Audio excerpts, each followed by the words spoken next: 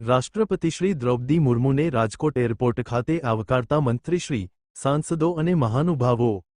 ગુજરાત રાજ્યની ત્રિદિવસીય મુલાકાતના ભાગરૂપે રાત્રિરોકાણ માટે રાજકોટ પધારેલા રાષ્ટ્રપતિશ્રી મુર્મુ.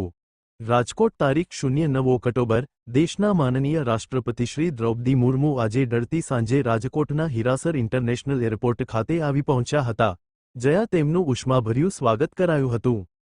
માન રાષ્ટ્રપતિશ્રી દ્રૌપદી મુર્મુને રાજકોટ એરપોર્ટ ખાતે પ્રવાસન મંત્રી શ્રી મુળુભાઈ બેરા, મેયર શ્રી નયનાબેન પેડડિયા, સંસદ સભ્યો સર્વશ્રી રામભાઈ મોકરિયા અને શ્રી કેસરી દેવસિંહજી ઝાલા, શહેર police commissioner Shri Brajeshkumar Jha, NCC રાજકોટના કમાન્ડન્ટ બ્રિગેડિયર લોગનાથન તથા કલેક્ટર ડો.